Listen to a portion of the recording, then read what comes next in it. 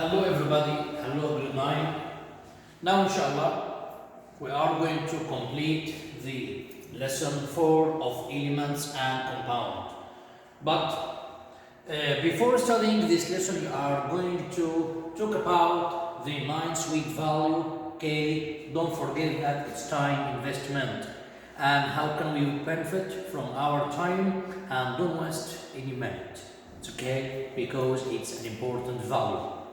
To complete elements and compound, okay, and we are going to study now, inshallah, law of definite proportions and law of multiple proportions. Okay, at the last session, we studied the differentiation between each element and compound, and we know the difference between them. Who can answer me? What's meant by element? Yes. Good. Element is the simplest form of matter that can't be decomposed into simpler form. Okay? So what's meant by compound? Yes. Good. Compound, it's a combination between two or more elements, two or more different elements. It must be different elements, okay, to form compound. And we said that what is the total number of elements in our periodic table? Yes. Good. 118 elements.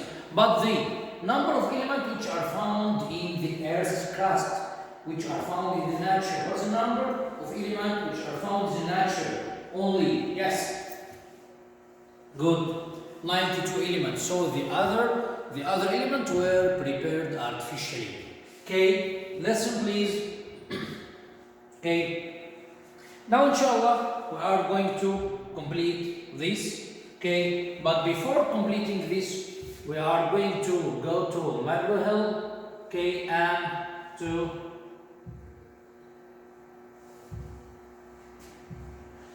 elements and compounds, okay, that we studied, okay. Listen please, okay.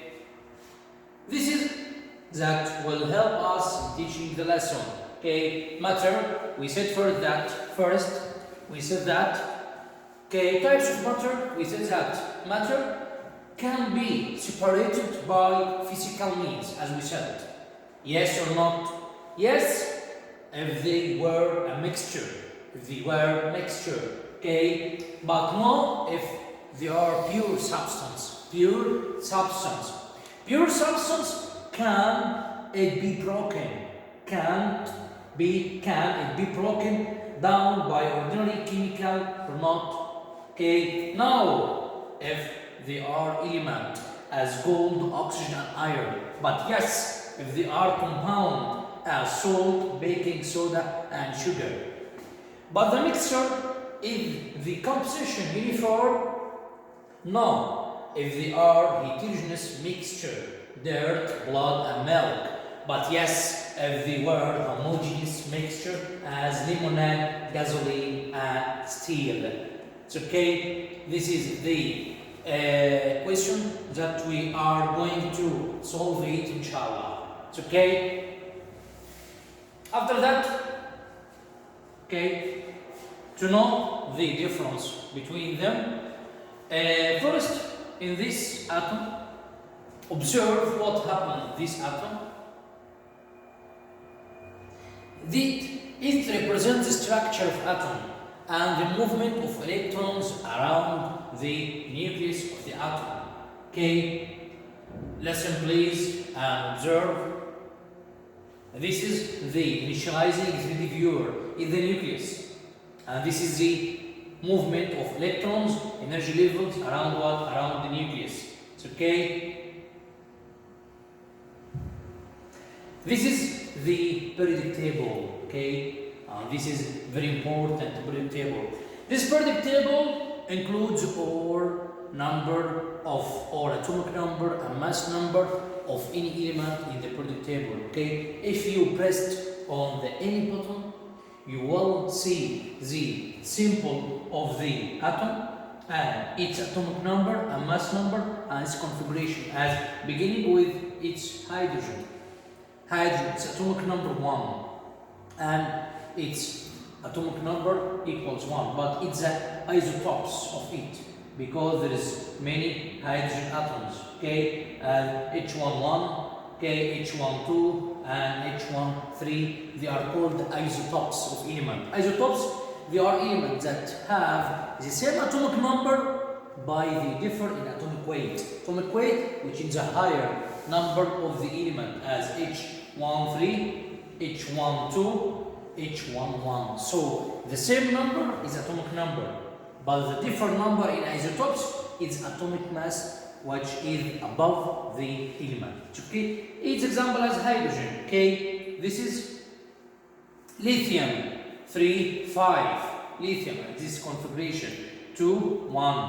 Okay, after that is a sodium 11, 23, 11, 23. So it's a sodium atom. This is called atom. It's called periodic table, and each element that you can press on its bottom, you will see and observe the electronic configuration, each symbol, its atomic number and mass number. Have this as is what neon 10, 20. It's a neon, okay, and its electronic configuration. Okay, this is a nucleus that consists of positive protons and neutral neutrons. Good. This is the electrons that revolve around the nucleus in 7 energy levels. It's called neon gas. It's okay. Okay. After that, we are going to complete our explaining. Okay, this is a law of definite proportions. What's meant by law of definite proportions? This table demonstrates that the percentage of element in scores remain the same despite difference in sample amount, as carbon 80.44 analyzed by mass, its percentage, okay, its percentage in sugar, as sugar consists of what? Sugar consists of carbon, hydrogen, and oxygen. Okay, the mass of carbon is 8.44. So 8.44 divided by 20 with the molar mass of the sugar, glucose sugar, this times 100. So the percentage of carbon in sugar is 42.20%. The percentage of hydrogen is has 1.30 gram. So 1.30 divided by 20 as a mass of glucose sugar times 100 equals 6.50%. So it's a percentage of hydrogen gas in this compound. Oxygen 10.25 its mass. So 10.25 divided by 20 gram times 100 equals 51.30%. So if we make addition to 42.20 plus 6.50 plus 51.30 will be 100% as the total percentage of the component of glucose sugar. It's okay? And this also, if you have 500 grams of sugar cane by the same method, but this is a percentage, this is the mass. So mass divided by mass of sugar, mass of hydrogen divided by mass of sugar, mass of oxygen divided by total mass of sugar times 100%, it will be 42, it will be 6.5, it will be also 5.1, so the percentage will be also 100%, the component of all these elements that contains that glucose sugar contains. Okay, so after that, law of multiple proportion.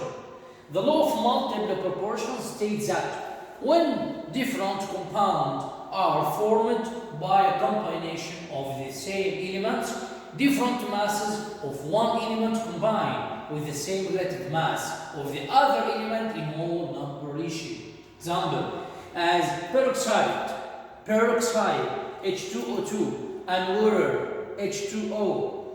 Different compound formed from the same element. Different compound formed from the same element. Okay, this is peroxide H2O2 that consists of hydrogen and oxygen. Its water also consists of hydrogen and oxygen also. So different compound formed from the same element. Hydrogen mass the same in both compounds, but oxygen mass is a 2.1 in ratio of peroxide to water. Okay, 2:1. This 2 to 1. This is 1 to 1. It's okay. This is a law of multiple proportion. Lesson, please. The law of multiple proportions states that when different compounds are formed by a combination of the same elements, different masses of one element combine with the same relative mass of the other element in whole number ratios. Example, peroxide, H2O2, and water, H2O. Different compounds formed from the same elements. Hydrogen mass is the same in both compounds, but oxygen mass is 2:1 ratio in peroxide to water. So, after that, law of multiple as copper. Copper has either mono or di. Mono is called copperous. Di is called cupric. Okay, chlorine has 35.80 and 52.73. Okay, it's the analysis data of two copper compound. Okay, mass of Cu in 100 grams of compound 64. Okay, and the copper. Okay, copper and di equal 47.27. Mass of chlorine in 100 equal 35.80. In 200 equal what? In the other percentage equal what? Equal 52.73 when copper was di. So mass ratio equal, this is the mass of copper divided by 1 gram of chlorine.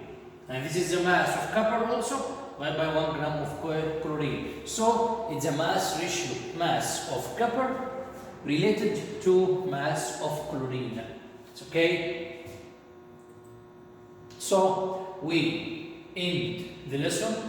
Essential questions that we studied before. What is the distinguishes element from a compound? How is the periodic table organized?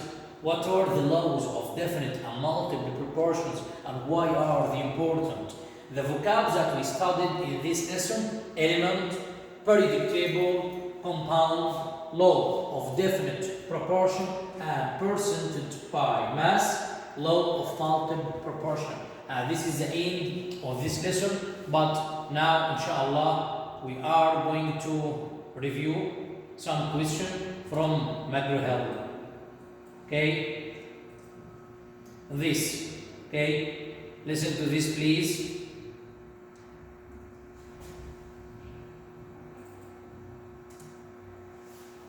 Which of the following is a compound? Water, neon, steel, crude oil. Yes, water. It's okay. Water is compound. So number 1. After that, periods are dot on the periodic table. Periods are horizontal rows, vertical column, left to right diagonals, right to left diagonals. Yes, periods are what? Are horizontal rows. It's okay. After that, oxygen and hydrogen, when you make analysis in this figure, above the volume of hydrogen gas is twice the volume of oxygen. What is the mass relationship between hydrogen and oxygen gas? What is the mass of them? Okay, the hydrogen gas is twice as massive as hydrogen gas. Hydrogen gas is half mass. More information is required. There is no relationship between gases. Have no other answer. Yes. Okay. Hydrogen gas twice mass. It's okay. We are going to remark at the end of test. In this table, consider the table above in a sample of 100 grams of sucrose. What will be accepted mass of hydrogen? What is the hydrogen? Mass of the hydrogen equal what? Mass of the hydrogen equal what? Yes. Okay, 51.30. Okay. In this table, compound as Cu and Cl, mass of Cu in grams, mass of Cl in grams, mass ratio. In a table 3.5, why are the mass ratios of copper to chlorine not the same for compound 1 and compound 2? Yes. Experimental error. The two compounds are not the same. There's another element not shown. The copper changes to chlorine in compound 2. Okay, what is the best answer? Okay, there is another element not shown. What's what?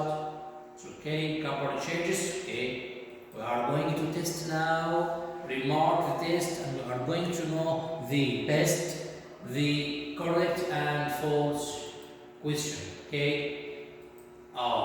Number 1, water. Number 2, horizontal. And this. No more information is required because we have know the answer. No, the answer will be more information is required. Why? To determine the ratio of mass, one must know the molecular mass of both hydrogen and oxygen. You must know the molecular mass. So more information is required. In this table, yeah, 6.50 hydrogen, 6.50, not 51. Okay, 100 gram. In this, no, the two compounds are not the same. Not the same. Okay, this is mass of Cu, this compound. There is a difference between the two compounds. Okay, this is the answers of mistakes. Okay, and we finished the lesson now. Okay, I hope that all students understood this lesson of elements and compounds. Okay, and we are going to go to another session inshallah. Okay, good luck, grade 9, and goodbye.